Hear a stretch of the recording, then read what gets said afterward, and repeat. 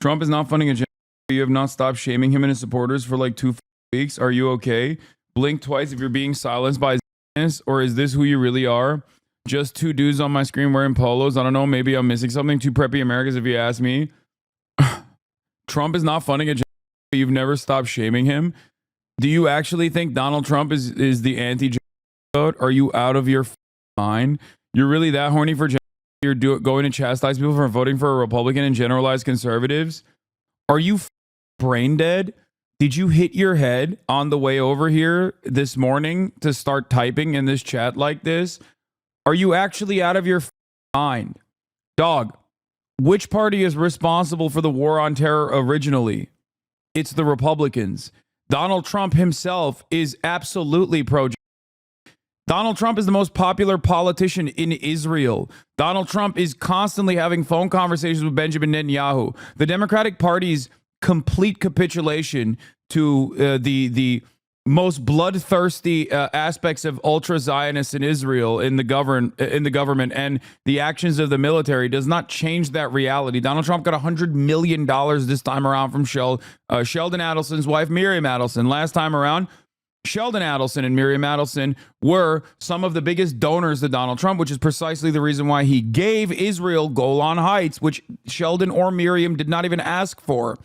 Donald Trump took the American embassy and moved it to Jerusalem, permanently solidifying the occupation of East Jerusalem, recognizing it as Israeli territory. Donald Trump also did the Abraham Accords. Donald Trump cast aside the Iran denuclearization policy, which would have normalized relations with Iran. Iran was following through on those conditions. Donald Trump added additional sanctions to Iran after cutting apart the Iran denuclearization agreement, which wasn't even an agreement conducted just by Barack Obama and Iran. It was literally a multiple decade process, which many other European partners were involved in as well. What the are you talking about? Donald Trump openly, personally also was invested in the continuation of the Saudi Yemen. Trump vetoes measure to end the U.S. involvement in Yemen war. Now, let me explain something to you, by the way. All these dumbass libtards that come in here on a daily fucking basis and talk to me about Houthis this, Houthis that, they also were anti this. Now they're pro it because the Democratic Party's position is Operation Prosperity Guardian. Yemen. We need to blow them up. Okay? Because, God forbid, Ansar Allah and the Yemeni population are like not exactly on board with Israel's the Palestinians. But don't ever come in here and tell me that Donald Trump is going to be better on Gaza. What the is wrong with you? You are hallucinating an alternative reality, which makes sense because you're probably a reactionary conservative. Donald Trump's literally just go and watch Donald Trump's anti-Semitism seminar that he gave, where he was like, if I don't win, Jews are the reason. Jews are the reason why I don't win. That entire seminar is just him straight up being like, I've done so much for you Jews. I did so much for Israel. Vote for me. Vote for me today and tomorrow. Chuck Schumer's a Palestinian. He's a Palestinian, folks. He's just saying the most unhinged, psychopathic nonsense. Like, I get looking at the Democratic Party currently openly saying the Arab vote, Muslim vote, Gaza, we don't give a shit, okay? I get looking at that and being frustrated. I get being duped by Donald Trump's aesthetic, at least like his aesthetic allegiances, his fake allegiances to the Arab vote. He went to a Palestinian shop in Dearborn, you know? All this shit. Democrats, on the other hand, are actively pushing away people that care about Gaza. But if you genuinely think that Donald Trump is going to be pro-Muslims in the MENA region, or specifically going to put an end to Israel's genocidal actions, you're out of your mind. He is, this time around, saying he is going to annex permanently the West Bank. Okay? That's what Miriam Adelson wants this time around. He's going to do the Esther Project, which is Project 2025's extension to specifically anti-Israel advocates and activists in the United States of America. He wants to do the Heritage Foundation wants to use RICO charges and mass deport people who are anti-Israel. Okay, this doesn't change the calculation or the reality that the Democratic Party is also actively pursuing pro-Palestinian protesters, like Attorney General of Michigan Dana Nessel did. Okay, This doesn't change the reality that Chuck Schumer wants to adopt the IHRA definition of anti-Semitism, which is an insane thing to do.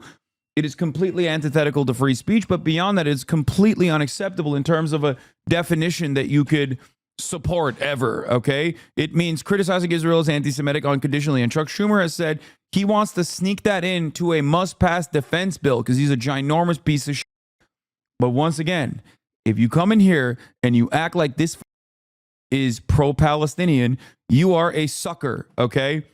You're a sucker if you think the Democrats are pro-Palestinian too, okay? Just saying. You are a sucker if you come in here and you tell me Kamala Harris loved the Palestinians. She wants a two-state solution. Kamala Harris is working tirelessly around the clock to stop the in Gaza. You're a sucker. That's not correct, okay? They have made zero inferences to that reality. They've openly communicated that the power that they have over Israel, the influence they have over Israel, they will never utilize, okay? But you're out of your mind if you think that Donald Trump is pro-Palestinian. Give me a break.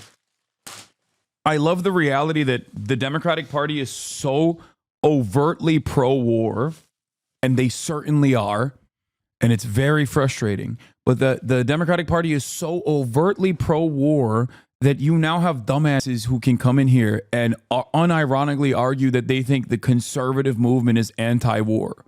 There's never been a moment where the conservatives have been anti-war. They don't want to fund Ukraine for one reason or another because I think they're populist and most Americans don't give a shit. Okay, so they're like, yeah, why the do we use all that money in Ukraine? What do they want to use it on? Bombing Mexico. Does that sound like anti-war to you? Does that sound like anti-war to you? The rhetorical trick that Republicans used to always apply, and they still are doing this to this day, and I saw Glenn Greenwald use this trick the other day, and I thought it was like really crazy. That was the reason why I also clocked Tulsi Gabbard as a phony early on. Is this, okay? When you hear someone say this, understand that they are not anti-war unconditionally, and they're simply a charlatan masquerading as someone who is anti-imperialist or anti-war. Okay? When someone tells you this is a bad war and allows it and makes it seem like there is a good war, a useful war to be engaged in instead, know that they're not anti-war. They're anti that war, potentially. Okay? But there's definitely wars out there that they are for.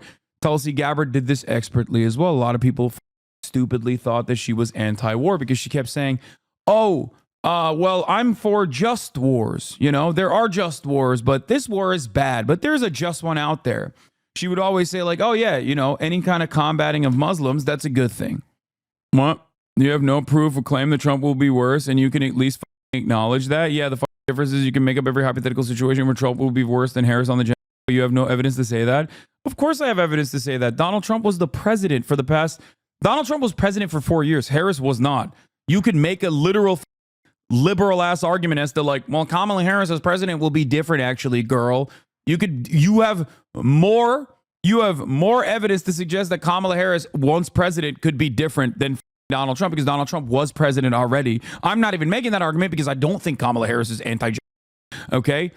But having said that, there is so much evidence to suggest that Donald Trump is already worse because the actions that he took that I directly communicated to you at the behest of Israel set in motion the actions where October 7 became an inevitability. It's something that I've talked about a million times over, as a matter of fact. A lot of Democrats can't talk about that, though, because they're so dick riding Israel that they can't openly talk about this issue from even partisan lines.